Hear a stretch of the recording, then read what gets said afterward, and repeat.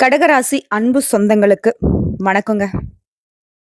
ஓம் முருகா, குரு முருகா, அருள் முருகா, ஆனந்த முருகா, சிவசக்தி பாலகனே, சண்முகனே, சடாக்ஷரனே, என் வாக்கிலும் நினைவிலும் நின்று காக்க.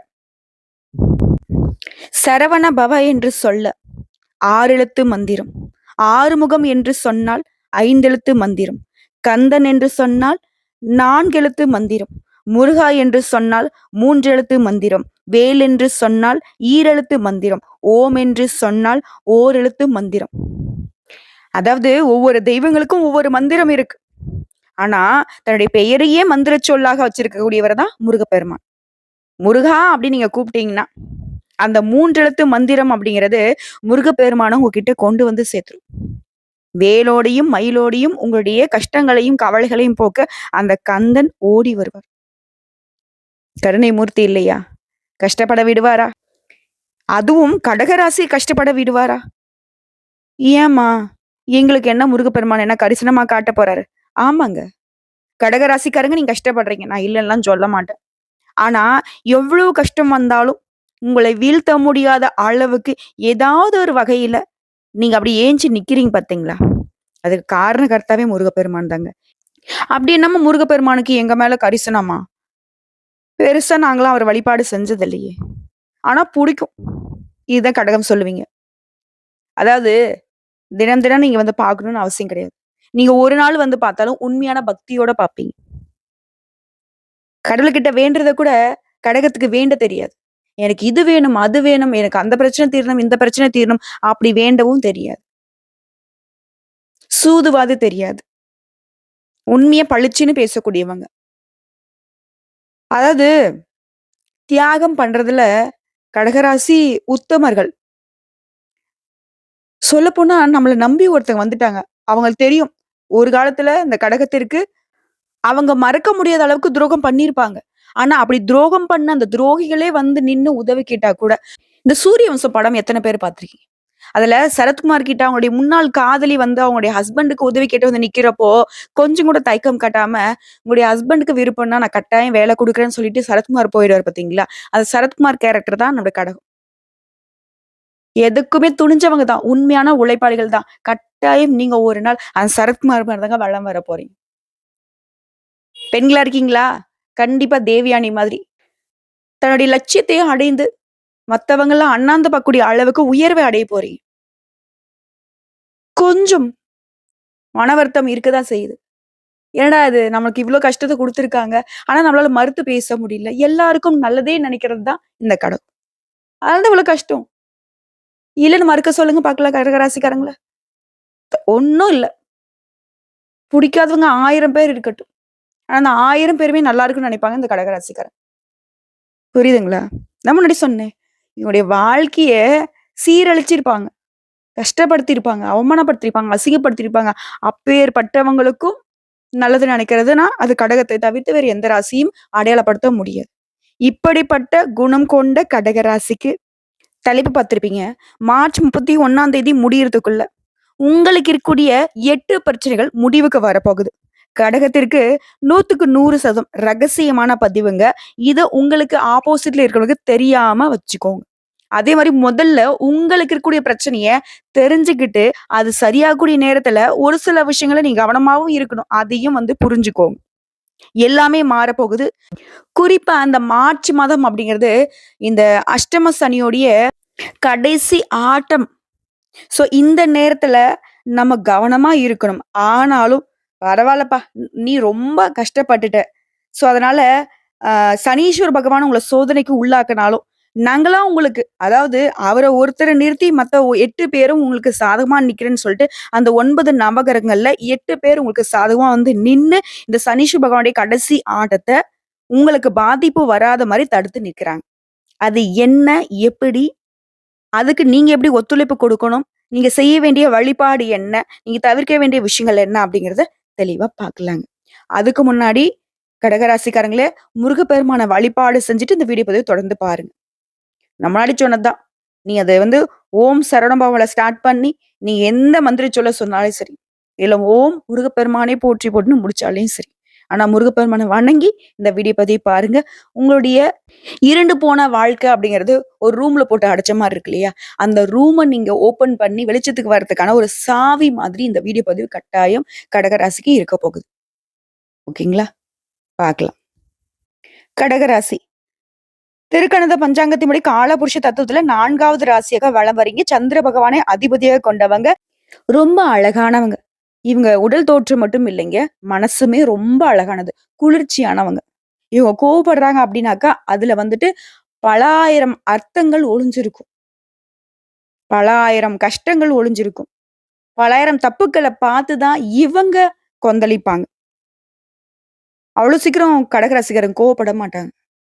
அந்த கோபம்ல அர்த்தம் கட்டாயம் இருக்கும். அத புரிஞ்சுக்காதவங்க போய்க்கிட்டே இருங்க. கடகம் அப்படிதான் நினைப்பீங்க இல்லையா? உங்கள பொறுத்தவரைக்கும் கடகராசி புனர்பூசம் நட்சத்திரம் 4ஆம் பாதம், பூசம் நட்சத்திரம், ஆயில்யம் நட்சத்திரம். உங்களுக்கு இந்த பொது பலன்கள் பொருத்தமாகும். இப்ப நான் எப்படிங்க உங்களுக்கு பலன் சொல்லுவேன்?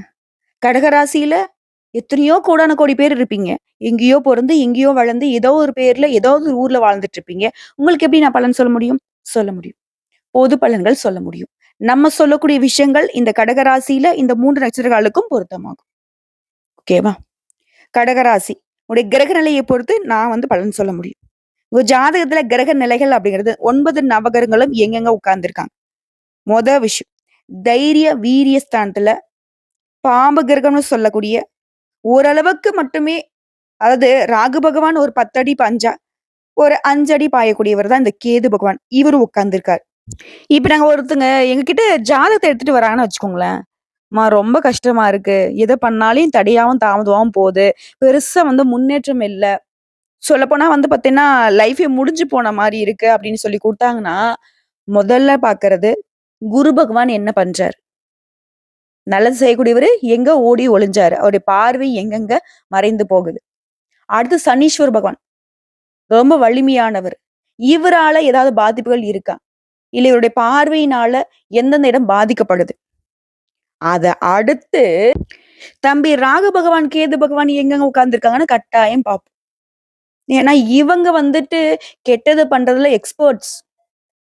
ஓகேங்களா? இவங்கள தப்பு சொல்ல முடியாது. ஆனா இவங்க வந்து நல்லது பண்ண ஆரம்பிச்சா, உங்கள மாதிரி ஒரு உச்சபட்ச வாழ்க்கை யாராலயும் வாழ முடியாது. சரிங்களா? சோ இவங்களுடைய அமைப்புங்கிறது இப்போ கேது பகவான் தைரிய வீரஸ்தானத்துல உட்கார்ந்திருக்காரு. அடுத்து அஷ்டமஸ்தானத்த பொறுத்தவரைக்கும் நவகிரகங்களுடைய முதல்வன் சூரிய பகவான், தொழில்காரகன் சனீஸ்வர பகவானும் கூட்டணியில உட்கார்ந்திருக்காங்க. இவங்க 2 பேரும் அஷ்டமத்துல உட்கார்ந்திருக்காங்க. அடுத்து பாக்கியஸ்தானத்த பொறுத்தவரைக்கும் புத்திக்கு அதிபதி புதன் பகவான், அமோகமான வாழ்க்கையை தரக்கூடிய சுக்கிர பகவான், பாம்பு கிரகமான ராகு பகவான் கொஞ்சம் பயங்கரமானவர். இவங்க 3 பேருடைய கூட்டணி. அடுத்து லாபஸ்தானத்தை பொறுத்த வரைக்கும் முழு சுபகர்கம்னு சொல்லக்கூடிய குரு பகவான். அப்பாவிங்க நல்லது மட்டுமே செய்ய தெரியும். அடுத்து ஐயன சையன போகஸ்தானத்தை பொறுத்த வரைக்கும் பூமிக்காரகன்னு சொல்லக்கூடிய செவ்வாய் பகவான் இருக்காரு. அதுவும் வக்ரகதியில வலம் வரார். சோ இதை பொறுத்து கடகத்திற்கு எப்படிப்பட்ட பலன்?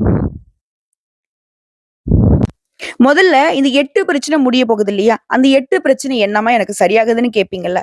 மொத விஷயம் எத பண்ணாலும் தடையாவது, தாமதமாகுது. கரெக்ட்டா நமக்கு வந்து சாதகம் முடியிற மாரி இருக்குது. கடைசி நேரத்துல அது வந்து ஃபெயிலியர் ஆகுது. நீங்க எடுக்கக்கூடிய முயற்சிகள் எல்லாமே வெற்றிகரமா நடக்க போகுது. கடகம். இனி தோக்க மாட்டீங்க. ஜெயிக்க மட்டுமே பொறந்தவங்கன்ற அளவுக்கு வெற்றி தொடர போகுது. தொட்டதெல்லாம் வெற்றிங்க. மொத விஷயம். 2வது விஷயம். ஆரோக்கியம். அப்பா! படாத பாடு பட்டுட்டு இருக்கோம்ல. ஒரு சொல்லப்போனா அப்பப்ப உடல் உபாதைகள் வரும். ஆனா, இந்த ஜனவரி மாதத்துல இருந்து ரொம்ப கஷ்டப்பட்டுட்டு இருக்கோம்.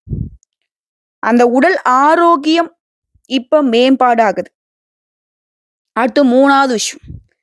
இந்த கடகத்துடைய மனசு சரியா இருந்துச்சுன்னு வச்சுக்கோங்களேன், எப்பேற்பட்ட பிரச்சனையும் அசால்ட்டா சமாளிப்பாங்க.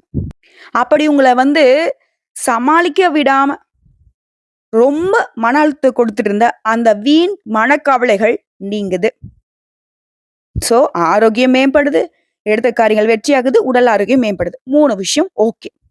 அடுத்ததா ஆன்மீக எண்ணங்கள் அதிகமாகுது. 4வது விஷயம். அதாவது இந்த கடகம் வந்து நினைச்சிட்டே இருப்பீங்க. கோயிலுக்கு போகணும், அங்க போகணும், இங்க போகணும்னு சொல்லிட்டு. ஆன்மீகத்துல அதீத நாட்டம் கொண்டவங்க தான் கடகம். ஆனா அதுல வந்து தடைப்பட்டுக்கிட்டே இருந்துச்சு. அதுவும் குலதெய்வ வழிபாடுலாம் சுத்தமா செய்ய முடியாம தடைப்பட்டு இருந்துச்சு. அதெல்லாம் இப்போ விலகி உங்களுடைய ஆன்மீக எண்ணங்கள் அதிகமாகுது. ஆன்மீக பயணம் போகறதுக்கான வாய்ப்புகள் இருக்கு. அடுத்ததா 5வது விஷயம். உடன்பிறப்புகள் அப்படின்னாவே கடகத்துக்கு ரொம்ப புடிக்கும். பாசத்துல தான் இவங்கள அடிச்சுக்க ஆட்களே இல்லல்ல. ரொம்ப பாசக்காரங்க. இந்த உடன்பிறப்புகளே இவங்களுக்கு எதிரிகளாக இருந்தாங்க இத்தன நாளா. அப்படியே ஒரு மாதிரி பாவப்பட்ட ஆட்கள அந்த கடகம் வந்து வலம் வந்துட்டு இருந்தீங்க. பெருசா அட்டாச்மென்ட் கிடையாது. நெறைய பேர் கூட பொறந்திருப்பீங்க, வளர்ந்திருப்பீங்க. ரொம்ப பாசம் வச்சு அவங்களுக்கெல்லாம் எவ்வளவோ விஷயங்கள விட்டு குடுத்திருப்பீங்க. அப்படி வருந்திய நீங்க, உங்களுடைய சகோதரர்களால பாசத்த பார்க்க போறீங்க. அவர்களால உங்களுக்கு நன்மைகள் உண்டாக போகுது. 5 விஷயம் சூப்பர்ங்க. இந்த 5 விஷயத்துக்கு கடகம் வந்துட்டு தாறுமாறு வேற மாதிரி போயிட்டுருப்பீங்க. அடுத்ததா 6வது விஷயம். துணிச்சல்ல கடகத்த அடிச்சுக்க ஆட்கள் கிடையாது. ஆனா, சில பல நாட்களா, சொல்லப்போனாக்க சில பல மாதங்களா, அந்த துணிச்சல்ங்கிற விஷயம் எட்டி கூட பார்க்கல. அந்த கோபம் வரும்போது மட்டும் தான் குதிக்குது. ஆனா, ஏதாவது ஒரு செயல்பாட செய்யணும்னு போனாக்க, அது யாரா ஒருத்தங்க தடுக்குறாங்க. கடகத்த பொறுத்தவரைக்கும் கொஞ்சம் யாராவது சப்போர்ட்டுக்கு வரணும். அவங்க வந்து தூக்கி புடிச்சு எனக்கு உதவி செய்ய வேணாம். நான் இருக்கேன்ற அந்த வார்த்தைய தான் ஏங்கிட்டு இருப்பீங்க. அப்படி துணிச்சல் இல்லாம இருந்த நீங்க, இனி எந்த காரியத்தையும் யாருடைய உதவியும் எதிர்பார்க்காம துணிச்சலா செயல்பட போறீங்க. அடுத்ததா 7வது விஷயம். சொந்தமா தொழில் செய்றீங்க கடகராசிக்காரங்க. ஆண்களோ, பெண்களோ, தொழிலோ, வியாபாரமோ, சின்ன தொழிலோ, பெரிய தொழிலோ, எந்த துறைகள்ல இருந்தாலும் சரிங்க, அத கூலி வேலை பார்த்தாலும் சரிங்க. உங்கள பொறுத்தவரைக்கும் அந்த தொழில் ரீதியா, வியாபாரம் ரீதியா பெருசா வருமானம் இல்லாம தொழில கூட மூடிட்டு போயிடலாம் அப்படின்ற மாரி இருந்திருக்கும். ஏன்னா, கடகத்த பொறுத்தவரைக்கும் அந்த கட் அண்ட் ரைட்டா பேச மாட்டாங்க. இந்த முன்னாடி சொன்னேன் இல்லையா? நோ சொல்லி பழகவே இல்ல அவங்க. சொல்ல மாட்டாங்க. இப்படிப்பட்ட நிலையில இருந்த நீங்க, இப்போ வியாபாரத்திலயும், தொழில்லயும் சில சூட்சமங்கள புரிஞ்சுகிட்டு, கட்டாயம் இத நம்ம சொல்லி தான் ஆகணுன்ற ஒரு புரிதலோட வியாபாரம் பார்க்க போறீங்க. வியாபாரம் விருத்தி அடைய போகுது. வியாபாரத்துல நீ எதிர்பார்த்த விட கூடுதல் லாபமும் கிடைக்க போகுது. அடுத்ததா 8வது விஷயம். பண பிரச்சனை. நிதி உதவிகள் கிடைக்க போகுது. உங்களுக்கு தேவையான பண உதவி கிடைக்க போகுது. இந்த கடகராசிய பொறுத்தவரைக்கும் வரவுங்கிறது அதிகமா இருக்கும். அத பயன்படுத்த முடியாம மத்தவங்கள நம்பி, நம்பி, நம்பி ஏமாந்து போய் நின்ன காலம் இப்ப வந்துட்டு மாற்றத்த கொடுக்குது. ஏற்கனவே உங்களுக்கு வர வேண்டிய பணம் வராம இருந்திருக்கும். அது இப்ப கைக்கு வரும். அதே மாரி உங்களுடைய தொழில் ரீதியா புதிய ஆர்டர்கள் இப்ப வந்து சேரப்போகுது. இதே உத்தியோக பணிகள்ல இருக்கீங்க அப்படின்னாக்க, வேலைப்பளு இருந்திருக்கும், வீண் அலைச்சல் இருந்திருக்கும். அது எல்லாமே இப்ப சரியாகுது. புரியுதுங்களா? அடுத்ததா குடும்பம்ங்கிறது கடகராசிக்கு உசுரு. குடும்பம் தான் அவங்களுடைய உலகம். குடும்பத்த தாண்டி கடகத்திற்கு வேற ஒண்ணுமே கிடையாது. அந்த குடும்பத்துக்கு ஒரு பிரச்சனை அப்படின்னா, அந்த உலகத்தவே எதிர்த்து நிப்பாங்க. அதாவது எக்ஸாம்பிள் சொல்றேன்னா, குடும்பத்துல சின்னதா ஏதோ ஒரு பிரச்சனை நடக்குது. ஒரு ஊரே எதிர்த்து வருதுன்னா கூட, அந்த குடும்பத்துடைய பாதுகாப்புக்கு அந்த ஊரவே எதிர்த்து நிப்பாங்க. 1000 பேரு வரட்டுங்க. ஒத்தாளா நின்னு அவங்க எல்லாருக்கும் பதில் குடுப்பாங்க. எல்லாரையும் சமாளிப்பாங்க. கடகம் அந்த அளவுக்கு குடும்பத்த நேசிப்பீங்க. அப்படிப்பட்ட குடும்பத்துல இத்தனை நாட்களாக இருந்து வந்த பிரச்சனைகள் மறையுது. அதே மாரி புதுசா வீடு வாங்குறது, அது வாங்கக்கூடிய முயற்சிகள்ல இப்ப வெற்றி உண்டு. வாகனம் வாங்குறது, அதன் மூலம் ஆதாயம் உண்டு. அதுமாரி குடும்பம் சார்ந்த விஷயங்கள்ல நீங்க பேசுறீங்க அப்படின்னாக்க, வார்த்தைகள வந்து கோர்த்து பேசுவது நன்மைய கொடுக்கும். கொஞ்சம் தயங்குறதோ, அந்த மாரிலாம் வேணாம். குடும்பத்துக்காக பேசுறீங்க அப்படின்னா, அதுவும் சுபகாரியங்கள் தொடர்பாக பேசுறப்போ, மனசுல பட்டத கடகடன்னு பேசிருங்க. அடிச்சு தூள் கெளப்புங்க. எல்லாமே சுபமா நடக்கும். இது பெண்கள பொறுத்தவரைக்கும் மனக்குழப்பங்கள் தீருது. கலைத்துறையில இருக்கிறவங்களுக்கு நீங்க அமைதியா இருந்தாலும் சரிங்க, வீண் சண்டைகள் தேடி வரதுக்கு வாய்ப்பு இருக்கிறதுனால, கலைத்துறையில இருக்கிறவங்க கவனமா இருக்கணும். முன்னாடி சொன்ன வரைக்கும் சாதகமா, இப்போ கொஞ்சம் கவனமா இருக்கக்கூடிய இடத்த தான் நம்ம பார்க்க போறோம். ஸோ, கொஞ்சம் செயல்பாடுகள்லயும் சரி, பேச்சு வழக்குகள்லயும் சரி கவனமா இருங்க. அடுத்த அரசியல்வாதிகள பொறுத்தவரைக்கும் நல்ல பெயர் வாங்குவீங்க. ஓகேங்களா?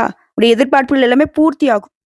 மாணவர்கள பொறுத்தவரைக்கும் மிக கவனமாக பாடங்களை படித்து கூடுதல் மதிப்பெண் பெற முயற்சி செய்யுங்க. உங்களுக்கு தேவையான உதவிகள் தன்னால கிடைக்கும். கடகத்துல ஒரு விஷயம் சொல்றேன் கேட்டுக்கோங்க. முயற்சின்னு ஒண்ணு பண்ணிட்டீங்கன்னா, அது தன்னால உங்கள வெற்றி பாதைக்கு கொண்டு போய் சேர்த்துரும். உங்களுக்கு மகுடம் சூட்டிடும். புரியுதுங்களா? நான் கடகம் ஒரு இடத்துல கால் வைக்கிறீங்க அப்படின்னா, நீ இருக்கக்கூடிய இடம் புனிதமானது தான். உங்கள ஒருத்தங்க தப்பு சொல்றாங்க. உங்கள ஒருத்தங்க அசிங்கப்படுத்துறாங்க, அவமானப்படுத்துறாங்க அப்டின்னாக்க, பயப்படாதீங்க. வருத்தப்படாதீங்க. அவங்களே திரும்பவும் உங்க கால்ல விழக்கூடிய நிலைமைய நெறைய இடங்கள்ல நீங்க பார்த்திருப்பீங்க. அது திரும்பவும் நடக்கும். பயம் வேணாம். ஒரு சிலர் சொல்லியிருப்பாங்க, "ஏய்! நீ என்ன ஆஹா, ஓஹோ! இப்படி அப்படின்னு பேசியிருப்பாங்க."